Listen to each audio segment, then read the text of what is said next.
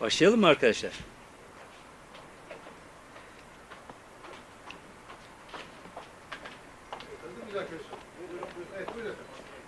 Değerli basın emekçileri, hepinizi saygıyla selamlıyorum. İyi bir hafta diliyorum.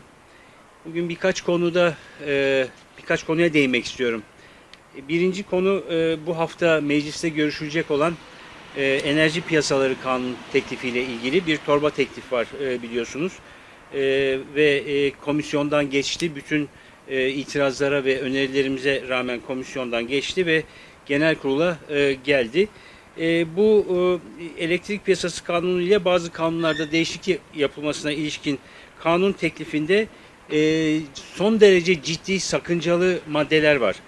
Buna ilişkin önce birkaç şey söylemek istiyorum. Çünkü bu tartışma içinde maalesef komisyona talebimize rağmen çevre ve ekoloji ile ilgili çalışan sivil toplum kuruluşları, uzman ve akademisyenlerin dahil edilmesi sağlanamadı. Bütün taleplere rağmen bu kabul edilmedi ve özellikle çevre örgütlerinin, ekoloji ile ilgili çalışan örgütlerin ve sivil toplum kuruluşlarının ve bu konunun uzmanı olan akademisyenler dahil uzmanlarının çok ciddi eleştirileri var. Bu ciddi eleştirilerden bir tanesi 6. maddeye ilişkin. Bu 6. madde zaten sonradan bir ek madde ile dahil edildi kanun teklifine ve bu 6. maddeye göre maden şirketlerinin ruhsat alanı dışına tesis kurmasının önü açılıyor. Yani diyor ki 6. madde, bu madde kabul edilirse diyor, madencilik faaliyeti yürüten şirketler ruhsat alanlarının dışında da faaliyet sürdürebilirler diyor. Yani bu maddeyle birlikte ülkemizin ormanları, tarım alanları, meraları, içme suyu havzaları ve kıyıları madenciliğe açılacak. Şimdi bu son derece vahim bir madde gerçekten. Çünkü önce şunu sormak gerekiyor. Eğer ruhsat alanı dışında da şirketlere faaliyet sürdürme imkanı sağlanacaksa o zaman ruhsata ne gerek var? O zaman ruhsat almasın. Şirketler her yerde istedikleri çalışmayı yapsınlar. Ya da ÇED raporlarına ne ihtiyaç var? O zaman şirketler ÇED raporları zaten onlar da son derece sağlıksız sağlanıyor. ÇED raporları olmadan, ruhsat olmadan şirketler istedikleri yerlerde çalışmayı yapabilsinler. Dolayısıyla bu madde son derece sakıncalı bir maddedir ve bütün çevre örgütleri, bütün ekolojiyle ilgili çalışan sivil toplum kuruluşları bu maddenin tekliften geri çekilmesini talep etmektedirler. Kaç gündür bu tekliflerini meclisteki bütün vekillere, grup başkan vekillerine, komisyona iletmektedirler ve biz de bu talebin arkasındayız. Evet, 6. madde mutlaka geri çekilmelidir. Bu kanun teklifinde birçok sakıncalı madde var ama 6. madde en ciddi sorun taşıyan maddedir. Çünkü şirketlere geçici tesis adı altında faaliyet yapma imkanı veriyor. Zaten maden şirketlerinin geçici tesis adı altında faaliyet yapmaları demek, oralarda kalıcı hasarların oluşmasına yol açmak demek. Tesisler geçici olabilir ama çevreyi, ekolojik dengeyi, doğayı tahrip eden adımlar bu geçici tesisler yoluyla atılır ve onların yarattığı tahribatlar kalıcı hale gelir. Dolayısıyla bu madde mutlaka geri çekilmelidir. Şirketler, maden şirketleri istiyor diye bir kanun çıkarılamaz. Bu sırada üzerinde özellikle tartıştığımız 6. madde tam böyle bir maddedir. Maden şirketleri istiyor diye bu kanun maddesi çıkarılmak istenmektedir ve bu kabul edilebilir bir şey değildir. Şimdi bu iktidarın en çok istediği şey denetimsizlik. Biliyoruz bunu. Yani meclis denetim yapamasın, Sayıştay denetim yapamasın, devlet kurumlarına denetim yapılamasın. Denetimsizliği bir yönetim sistemi olarak benimsemiş vaziyette bu iktidar aslında. İşte bu konuda da 6. maddeyle tam bir denetimsizlik getirmek istiyorlar. Bu çok açık bir şekilde görünüyor. Şimdi bir madde daha var. 12. madde gerçekten akla ziyan.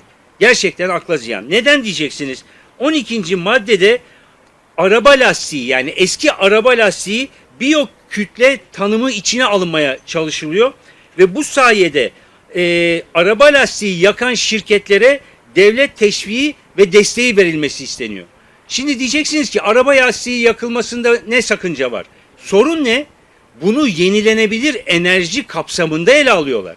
Yani araba lastiğinin yakılması yenilenebilir enerji kapsamına sokulmaya çalışılıyor. Böyle bir şey mümkün mü? Çevreyi olağanüstü ölçüde tahrip edecek, inanılmaz bir şekilde zehirli gaz çıkımına yol açacak bir konuyla ilgili konuşuyoruz bunu. Araba lastiği, eski araba lastiği yakımını. Şimdi bunun yenilenebilir enerjiye dahil edilmesi gerçekten akıllara ziyan bir durum. Çevre kirliliğini artıracak bir adımdır. Kabul edilemez bir maddede budur esas itibariyle. Yenilenebilir enerjinin anlamı çevreyi tahrip etmeden yeniden enerji üretilmesine imkan verecek sistemler ve yöntemlerdir. Bu öyle bir şey değil ki eski araba lastiklerinin yakılmasının ortaya çıkartacağı zehirler açıkça ortada. Bu kanun teklifinin dediğim gibi birçok maddesiyle ilgili eleştirilerimiz var. Bunları komisyonda dile getirdik. Genel kurulda da dile getireceğiz. Değişiklik önergelerimizi vereceğiz. Ama özellikle 6. ve 12. maddeler üzerinde eleştirilerimiz son derece yoğundur. Tabii madenlerle ilgili konuşmaya başladık. Madencilerin yürüyüşüne değinmek istiyorum. Biliyorsunuz Soma'dan Ankara'ya bir yürüyüş gerçekleştirmek istiyorlardı. Defalarca engellendiler, gözaltına alındılar.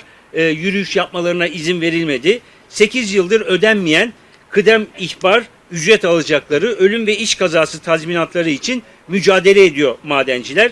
Buraya gelmişlerdi. Bizler de HDP grubu olarak kendileriyle görüşme yaptık. Taleplerinin arkasında durduğumuzu hem kendilerine ilettik hem de bunu genel kurulda da dile getirdik. Şimdi yıllardır gasp edilmiş olan haklarını kazanmak için mücadele eden madenciler bu mücadelede önemli bir kazanım elde ettiler. Dün itibariyle hükümetin ve devletin çeşitli kurumlardan yetkilileri madencilerin temsilcileriyle görüştüler ve bugün madenciler yaptıkları basın toplantısında bunu açıkladılar ve 15 Ocağı kadar taleplerinin yerine getirileceğine dair kendilerine yetkililer arasında bakanlar, valiler ve kurum yetkilileri de var, söz verildiğini ifade ettiler. Yani madenciler yürüdüler, direndiler, mücadele ettiler ve bu sözü kazandılar. Şimdi biz bu sözün takipçisi olacağız. 15 Ocağı kadar mecliste madencilerin taleplerinin yerine getirilmesi için bu işin takipçisi olacağız ve bu konuda herhangi bir gecikmenin olmaması için Halkların Demokratik Partisi olarak mücadele edeceğiz. Şimdi bu madencilerin bugün basın toplantısında söyledikleri çok önemli bir saptama var. Dediler ki eğer o gün yani yıllar öncesinde yaşanan bu felaketlerden, kazalardan, toplu cinayetlerden sonra hak ettiğimiz tazminatlar verilmiş olsaydı, biz o gün o tazminatı almış olsaydık, o tazminatla bir daire alabilirdik. Ama bugün o tazminatlar ödendiğinde ancak o dairenin bir mutfağını alabiliriz dediler. İşte gelinen durum budur. Madencilerin nasıl bir zulümle, nasıl bir haksızlıkla karşı karşıya kaldıklarını gösteren çok özlü ve çok anlamlı bir ifadedir. Değerli basın emekçileri, pandemi konusunda bugün Meclis Genel Kurulu'na bir genel görüşme talebini sunduk ve bunu Meclis Genel Kurulu'nda tartışacağız. Pandemi konusunda durum vahim. Durum vahim. Bunu konuşmamız gerekiyor. Önlemlerin gevşetilmiş olması, yanlış kararlar alınmış olması nedeniyle salgında ciddi bir sıçrama yaşanıyor. Sadece İstanbul'da, Ankara'da, İzmir'de değil, Türkiye'nin her yerinde salgında çok ciddi bir sıçrama yaşanıyor. Diyarbakır'da, Van'da, Mardin'de, Şırnak'ta, Hakkari'de, Konya'da, Antalya'da, Kocaeli'nde, Bursa'da, Trabzon'da her yerde sıçrama yaşanıyor. Ve bu son derece vahim durum neden bu hale geldi? Bunu elbette ki tartışmak istiyoruz. Mecliste genel görüşme vasıtasıyla bu konuyu enine boyuna değerlendirmek istiyoruz. Her gün bir İzmir depreminde kaybettiğimiz insanlardan daha fazla insan ölüyor. Resmi rakamlara göre bu böyle. Yani o resmi rakamların çarpıtılmış verilerden oluştuğunu biliyoruz. Bunu bütün dünya alem biliyor. Bütün dünya alem Türkiye'deki resmi kurumların hasta ve vaka sayısı farkı gözeterek esas pandemide hastalanmış olan insanların sayılarını çarpıttığını biliyor. Yani bunu bildikleri için Avrupa Birliği Türkiye'den gelenlere yasak koyuyor. İngiltere bu yasağa Avrupa Birliği içinde olmasa da uyuyor. Neden? Çünkü bu bütün dünyada verilerin güvenilir olmadığı çok açık bir şekilde tartışılıyor. Bütün dünyada tartışılıyor da Türkiye'de bir türlü biz bu doğru verileri alamıyoruz. Bir türlü alamıyoruz. Şimdi gerçekleri yansıtmıyor bu veriler. Defalarca söyledik, söylemeye devam edeceğiz. Sağlık Bakanı'nın hiçbir sözünün inandırıcılığı ve güvenilirliği kalmamıştır. Böyle bir durumdadır. Bu çok vahim bir durumdur. Gerçekten çok vahim bir durumdur. Böyle iradesiz bir Sağlık Bakanı olabilir mi? Salgını yönetemeyen bir Sağlık Bakanı neden hala o koltukta oturuyor? Bunun bir açıklaması yoktur. Açıklaması yoktur. Ekonomiyi yönetemeyen Hazine ve Maliye Bakanı o koltuktan ayrıldı. Sağlık Bakanı salgını yönetemiyor. Neden hala o koltukta oturuyor? Virüs kendini gizlemiyor ama Sağlık Bakanı halktan gerçekleri, doğru verileri gizliyor. Böyle bir şey olabilir mi? Oluyor ama. Yani yanlış verilerle gerçekleri gizleyen bir Sağlık Bakanı var. Bu yetmiyor. Sağlık çalışanları ölüyorlar. Ölüyorlar sağlık çalışanları. Yani büyük fedakarlıklarla, büyük bir azimle bugüne kadar pandemiyi yönetebilmek ve insanların sağlığına, halkın sağlığına kavuşması için çalışmış olan sağlık çalışanları maalesef hayatlarını kaybediyorlar. Çok yoğun bir ölçüde hastalanıyorlar. Bakın 17 Kasım itibariyle 63'ü hekim olmak üzere toplamda 153 sağlık çalışanı hayatını kaybetti. Çok ciddi bir sorun var bu alanda yaşanan. Böyle bir sorun varken ne yapıyor çeşitli üniversitelerdeki başhekimlikler? Bakın Dicle Üniversitesi Hastanesi Başhekimliği ile Ankara Üniversitesi Cebeci Araştırma ve Uygulama Hastanesi Başhekimliği sağlık çalışanlarına bir yazı gönderiyor. Yazı son derece vahim. Diyor ki hastalanmış olan sağlık çalışanları ile ilgili.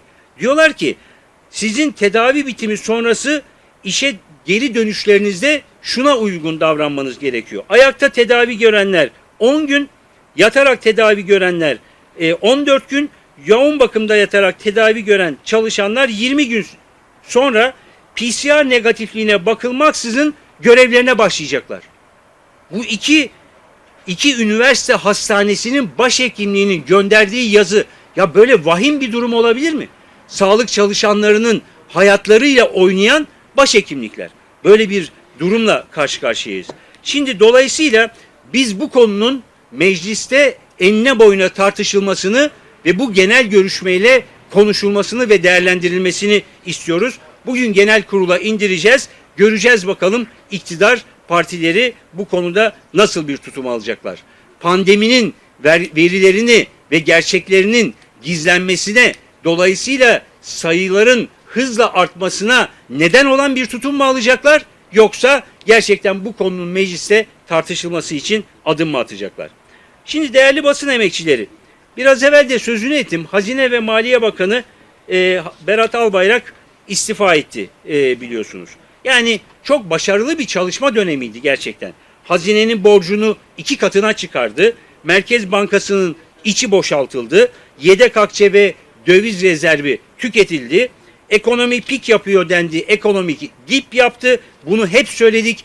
Bütün öngörüleri yanlış çıktı Berat Albayrak'ın ve istifa etti. Şimdi bakın, Türkiye Varlık Fonu Yönetim Kurulu.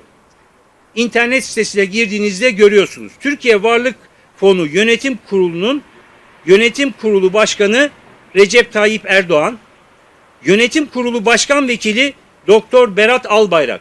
Aynı Doktor Berat Albayrak mı? Yani Varlık Fonu'nun Yönetim Kurulu'ndan istifa etmemiş mi Berat Albayrak? Yani ekonomiyi bu hale getirmiş kişi hala Varlık Fonu'nun Yönetim Kurulu'nda başkan vekili olarak duruyor mu? Bu bir şaka mı? Bunu soruyoruz ve bunu öğrenmek istiyoruz.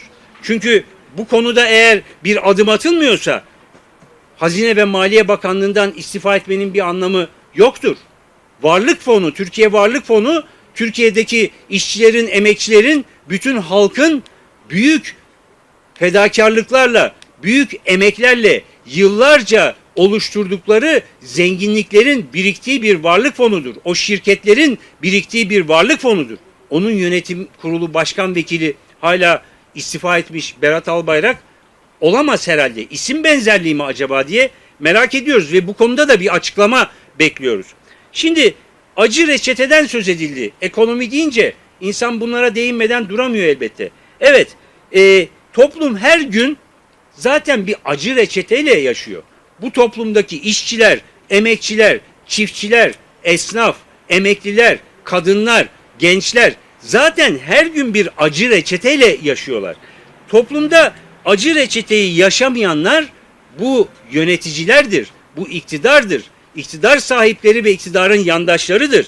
Yani aslında bir kere de şu acı reçeteyi siz için bir kere de siz için bu acı reçeteyi, acı ilacı, o acı reçetenin sonucunda ortaya çıkan acı ilacı bir kere de siz kullanın. Yani israf harcamalarınızdan vazgeçin. Sarayın günlük harcaması 10 milyon Türk lirası. Bundan vazgeçin. Yandaş şirketlere vergi afları ve teşvikler sağlamaktan vazgeçin. Kamu ihalelerini yandaş şirketlere vermekten vazgeçin. Acı reçeteyi de bir kere siz ve yandaşlarınız için. Ama şundan emin olun, bu halk size bir acı reçete hazırladı gerçekten. Ve ilk seçimde bu acı reçetedeki acı ilaçları birer birer bu iktidar yutacak. Bundan hiçbirimizin en ufak bir şüphesi yok. Bu konudaki mücadeleye devam edeceğiz. Şimdi bu acı reçeteyi konuşurken ekonomide, demokraside ve yargıda, hukukta reform sözleri edildi. Hep beraber duyduk bunları. Yani ilginç tabii. Yani bu reform sözlerinin edilmiş olması. Aslında biz ekonomik krizden, sosyal krizden kaynaklanan dolar ayarlı bir reformu doğru bulmuyoruz. Olması gereken demokrasi ayarlı bir reformdur. Adalet Bakanı'na soruyoruz. Hani hukukta reform ya. Sarayın damat savcısını ne yapacaksınız? Sarayda düğme ilikleyen yargıçları ne yapacaksınız? Mevzuata takılmayın diyen bakanları ve kamu yöneticilerini ne yapacaksınız? Talimatla hareket eden bağımlı ve taraflı yargıyı ne yapacaksınız? Bu meseleleri konuşmadan, bunlar ele alınmadan yargıda reform, hukukta reform yapılabilir mi? Yapılamaz. Şimdi ülkesinin 82 milyon insanının geleceğini kendi partisinin, iktidarının ve kendi geleceğine bağlamış olan bir anlayışla karşı karşıyayız. Böyle bir durumla karşı karşıyayız. Bu olduğu için reform sözleri toplumda inandırıcı olmuyor. Şunu bir kez daha söyleyelim. Kendisinin, kendi partisinin ve iktidarının geleceğini Türkiye'nin geleceği diye tarif edenler yanlış yapıyorlar. Bu kabul edilemez bir tariftir. Siz Türkiye değilsiniz. Siz Türkiye'nin bir parçasısınız ve bütün kamuoyu araştırmaları gösteriyor ki gittikçe ufalan bir parçasısınız. Dolayısıyla kendi geleceğinizi Türkiye'nin geleceği gibi sunmaktan vazgeçin. Halk buna inanmıyor artık. Çünkü sizin geleceğiniz bu yaptığınız yanlış politikalarla Türkiye'nin geleceksizliği anlamına geliyor. Esas sorun budur konuşulması gereken.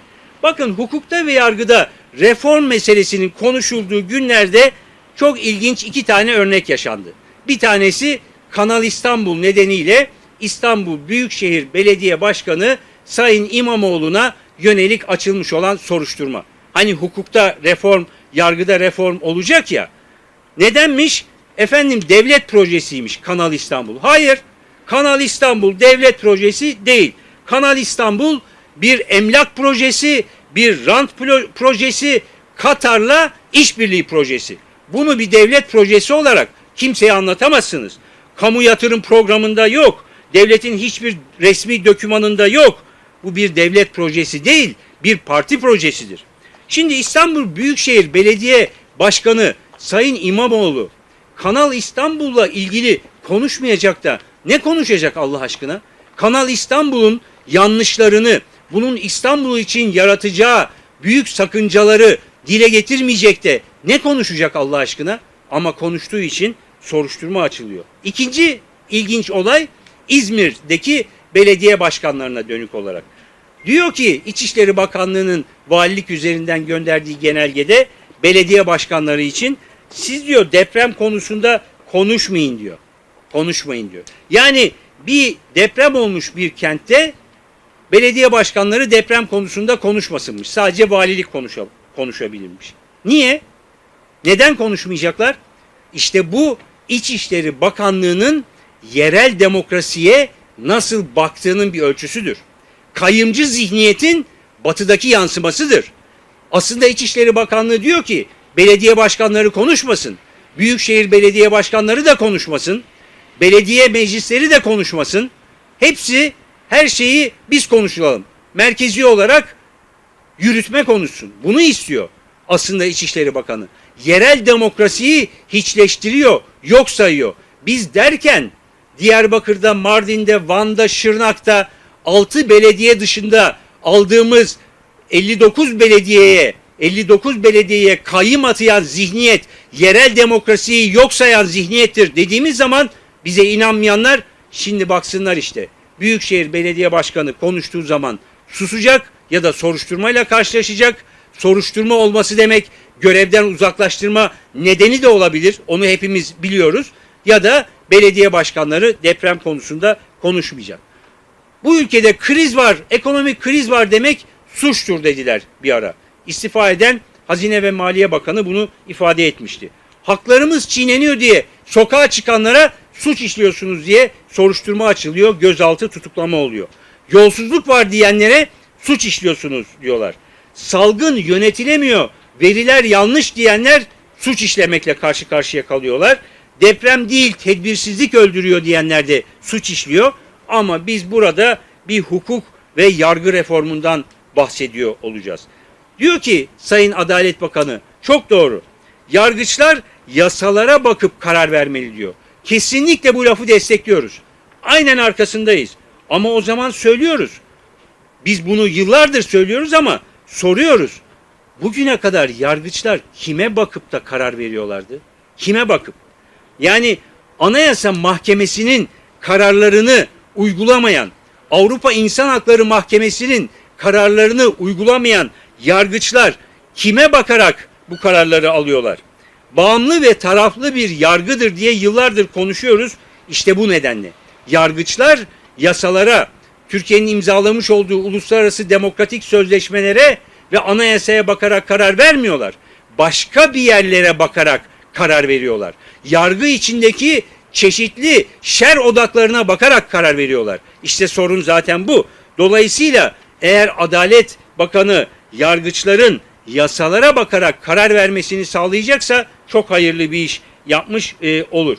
Ortada maalesef bir hukuk kalmadığı için, hukukun üstünlüğü kalmadığı için reformu hangi alanda yapacaklar onu da göremiyoruz. Şimdi asıl olan tutuksuz yargılamadır diyor Adalet Bakanı. Evet, doğru. Peki binlerce HDP'li yönetici, HDP'li seçilmiş belediye eş başkanı, HDP'li milletvekili, geçmiş dönem milletvekilleri, eş genel başkanlarımız Selahattin Demirtaş ve Figen Yüksekdağ neden tutuklu yargılanıyorlar? Asıl olan tutuksuz yargılanmaksa onlar neden tutuklu yargılanıyorlar? Belediye eş başkanlarımız neden tutuklu yargılanıyorlar? Bu sorunun da cevabını doğrusu merak ediyoruz. Sayın basın emekçileri, bugün söylemek istediklerim bunlarla sınırlıydı. Herhangi bir sorunuz varsa cevap vermeye çalışayım. Yoksa basın toplantısını bitirelim. Yok herhalde. Peki, çok teşekkür ediyorum. Size iyi çalışmalar diliyorum.